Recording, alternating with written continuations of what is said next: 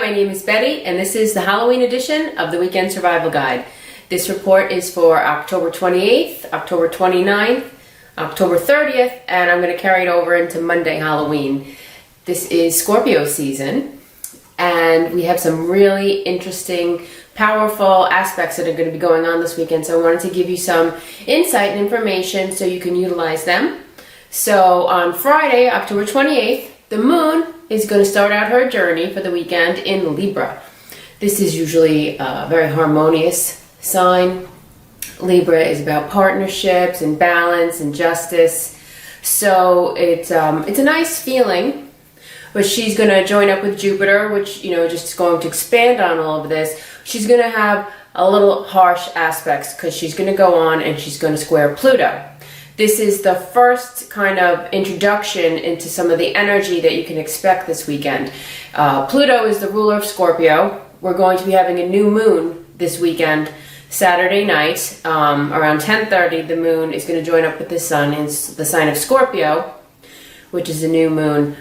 This is a wonderful time to set your intentions, to plant the seeds of intentions, but I'm going to get to that in a little bit. So the moon, like I said, is going to start out in Libra. She's going to join up with Jupiter, which is usually great, and it's a nice feeling. But she's going to square Pluto. So this is going to bring up some maybe secrets, some darkness, some tough stuff. And then, see, she's going to go on after that. She's going to also square Mars. So this is going to add, Mars used to be the ruler of Scorpio in the ancient times. So this is another Scorpion flavor. So, and then she's going to go on and she's going to oppose Uranus. So what that basically means for you is that plans may not go the way you expected them to. We may be going to a party, we have to go to work, or the party's canceled, the babysitter can't make it. Situations like this, those would be probably the best because it could get a little bit dark. It's a time, rebirth, death and rebirth, transformation. This, to get the most out of this energy, it's a time of transcendence and transformation. So what we want to do is really pay attention to the events and the things that occur while the moon is in Libra. As far as our relationships, it could be business partnerships, romantic, friends, all partnerships are involved with Libra. Scorpio is the next octave of relationships, but they're more intimate and deep. So any kind of warning signs, trigger thing, anything that's brought to your attention, pay close attention to that. Because this is a time for transcendence. It's a time of letting go. So death and rebirth. Letting go of what no longer serves us, making room for the new. It doesn't mean that we need to get rid of every relationship that may have a problem, but it's a time to transcend. So on Saturday, the 29th, the moon is going to, around 10 o'clock at night, Eastern Standard Time, going to enter into Scorpio. And like I said earlier, this is going to be a new moon. New moons are always wonderful for setting forth your intention, for planting seeds of intention.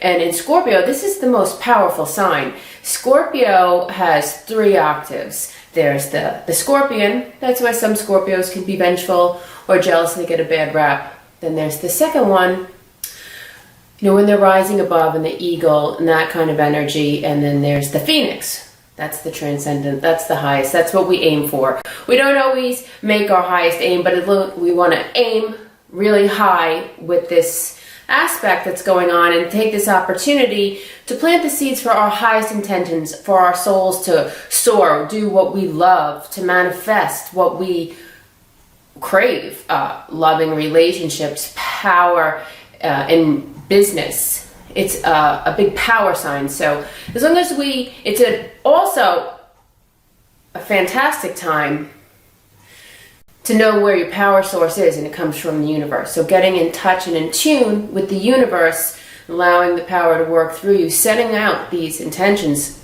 Mercury, the planet of communication, is also in Scorpio.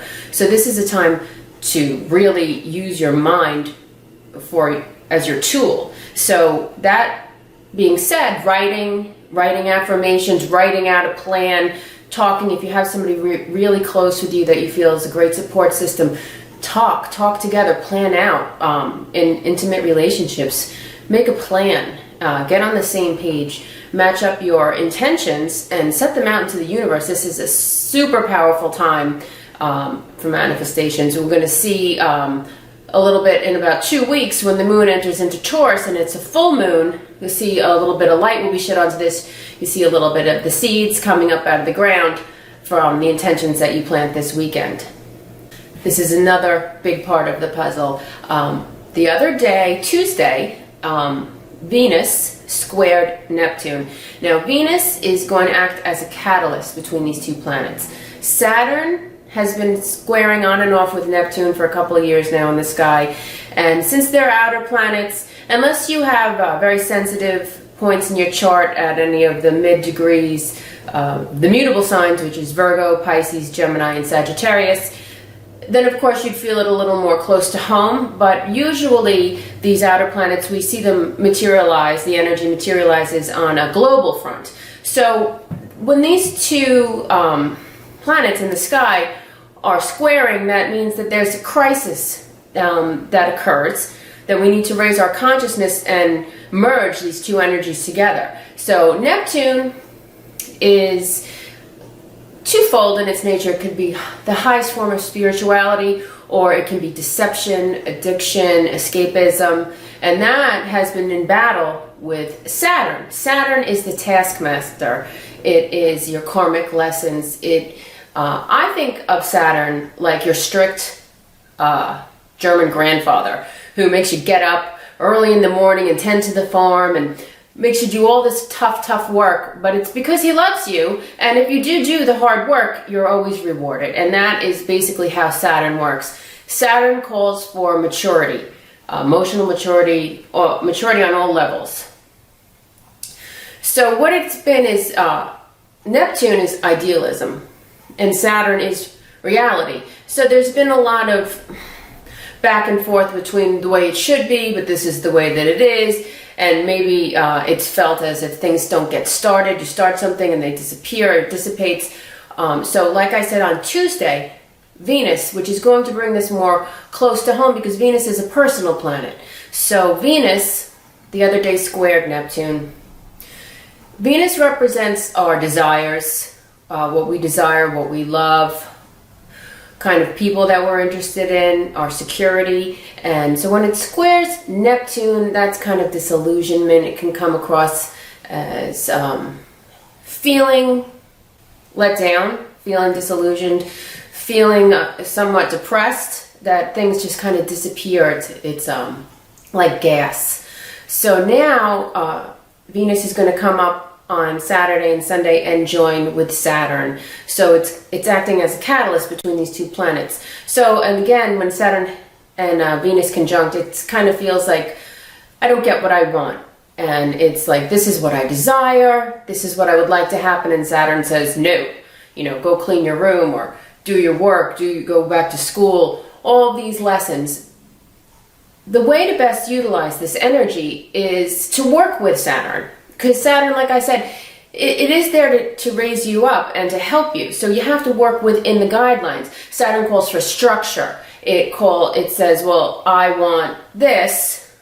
I want to be successful. Well, what do you have to offer that you can bring success to your life with? That's the flavor of Saturn. So when Venus comes up there, this would be a great time.